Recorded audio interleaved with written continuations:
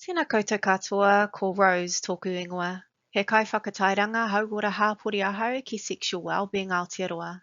E mahi ana ahau, kei roto i te rohi o Taranaki. Kia ora and welcome to our webinar, Introduction to Navigating the Journey, Relationships and Sexuality Education Program for Parents and Whānau. My name is Rose and I'm a community health promoter here at Sexual Wellbeing Aotearoa, based in Taranaki. We know that some parents worry about what their children are going to be learning about when it comes to receiving relationships and sexuality education at school.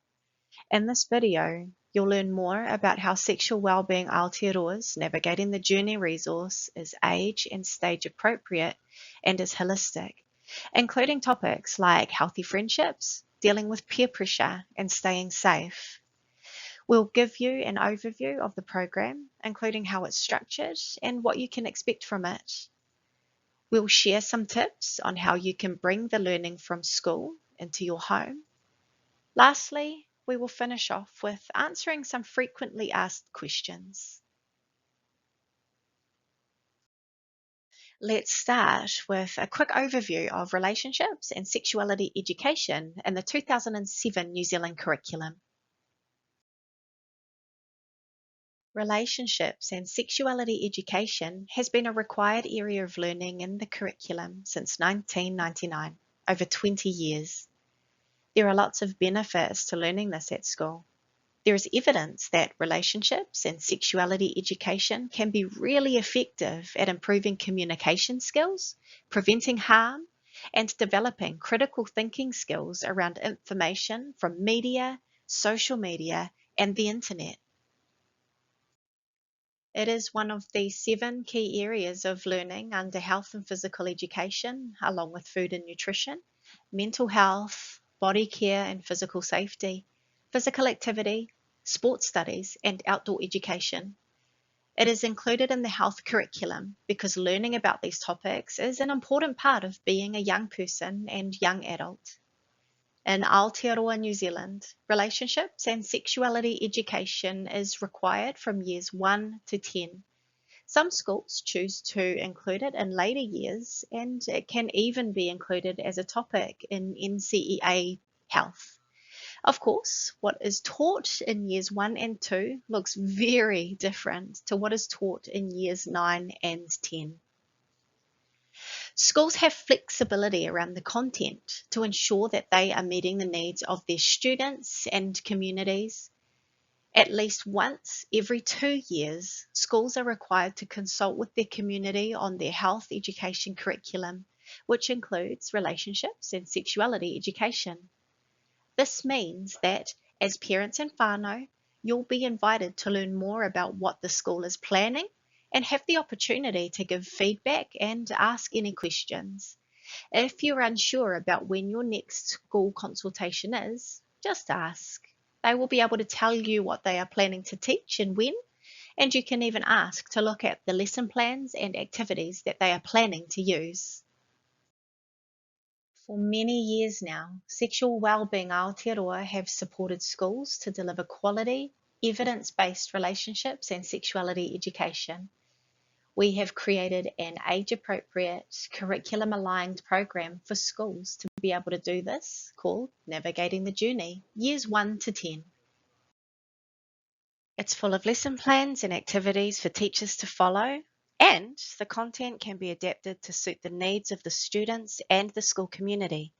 Sexual Wellbeing Aotearoa offers training and support to teachers and the schools to deliver Navigating the Journey. Navigating the journey uses the metaphor of navigation to describe a person's lifetime journey of growth and learning for their well-being. It is a flexible concept that teachers can develop with their students to ensure it has meaning for them. There are 5 themes that remain the same throughout all year groups. The content changes to be age and stage appropriate. For example, in years 1 and 2, teachers might look at what respectful communication sounds like between friends in the classroom. And in year 9 and 10, they might talk about what respectful communication might sound like between a boyfriend or girlfriend. Our free Navigating the Journey Relationships and Sexuality Education Guide for parents, caregivers, and whānau has more detail about the content of the sessions and the topics covered at each year group. Visit our website to download the guide or for more information. How can you support learning outside the classroom? When your child receives relationships and sexuality education at school, they may ask questions at home, and you may want to continue to support their learning outside of school. By finding out what your school are planning to teach your child, you can prepare for any curious questions that come your way at home. It can be helpful to have a think about what sorts of messages you want to give your child around these topics, where your gaps in knowledge are, and what values are important to you when having these conversations. This is where bringing your values, cultural or religious beliefs can be an important part of your child's learning. By connecting what your child learns in school to what's important to you in your home and community, you can help your child connect well-being concepts to your whānau identity. Navigating the Journey supports and encourages tamariki to explore their own ideas, beliefs, and values rather than telling them what to believe. Tamariki will be encouraged to have these conversations at home and to talk about what their whānau believes and what their values are. It's okay to not know everything. Nobody does. It's perfectly fine to say to your child, "Hey, that's a great question. I'm not sure about the answer. Shall we find out together?" Or, "That's a great question. I haven't heard that one before. Let me find out and I'll let you know tomorrow." For many parents and whānau, this information is new. Maybe it's something you didn't talk about in your own whānau. It might be something that feels embarrassing or shameful even. Please know that all of these feelings are common, and for some parents and whānau, it may feel overwhelming to even know where to begin when talking about relationships and sexuality. Sexual Wellbeing Aotearoa offers support and guidance for parents and whānau, as well as for professionals and teachers. Visit our website for more information.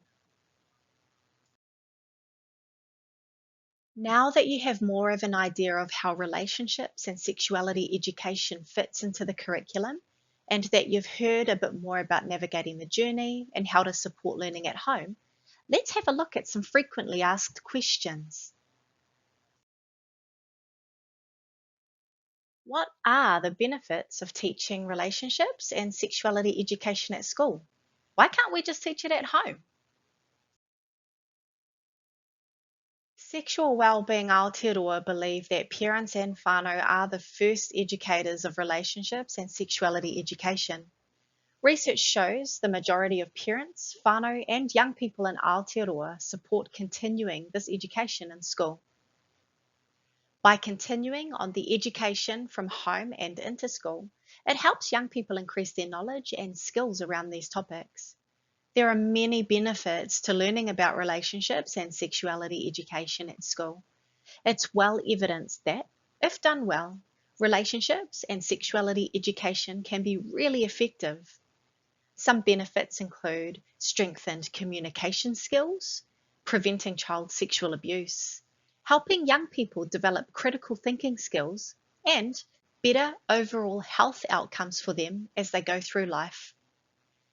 We also know that young people are exposed to a broad range of information and perspectives about relationships and sexuality through mainstream media, social media, friends and peers, and the internet. Schools provide correct information and dispel any myths, making sure that young people are well informed to make good decisions and to think critically about what they are hearing. Teaching relationships and sexuality education at year one seems inappropriate. What exactly are they learning at this age? In the early years, teachers focus on things like friendships, my body is mine, naming body parts, and identifying people that can help me. Over the years, these topics are built on to include things like pubertal change, romantic relationships, ways to support others, social media, and sexual health. Teachers are very good at knowing what conversations their students need and what is age appropriate. They will adapt the content to make sure they aren't learning about topics that are suited for older children. We know that different families may have different views about what is age appropriate. This is why we think it's really important that parents and whānau take the opportunity to look at the content that their school is delivering and to ask questions and raise concerns if they have them.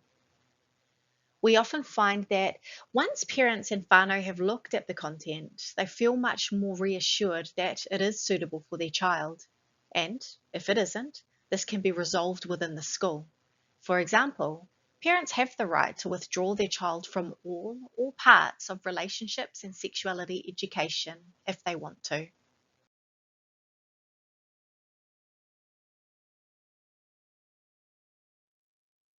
Is navigating the journey suitable for my disabled rangatahi and tamariki? Navigating the journey lesson plans and activities can be adapted for disabled tamariki depending on their needs. Alternatively, Sexual Wellbeing Aotearoa also has other education programs that may be more suitable for intellectually disabled people. All young people, including disabled tamariki, have the right to receive relationships and sexuality education. So, ensuring that they don't miss out is really important.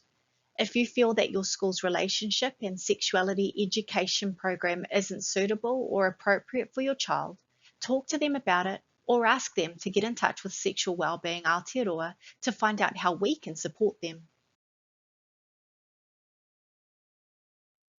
Is navigating the journey a culturally responsive resource? Navigating the journey is based on the Māori concept of hauora, and the lessons and activities are based on by Mason Jerry's Te Whare Tapa Whā model of health and well-being. It is an inclusive resource that celebrates diversity and invites students to explore their own individual and collective identities, including their cultural identities, as they navigate their lifetime journeys of growth and learning as sexual beings. As we've mentioned, schools must consult with parents and whānau about their health curriculum at least once every 2 years. This consultation should include conversations about ensuring they meet the cultural needs of their students and communities.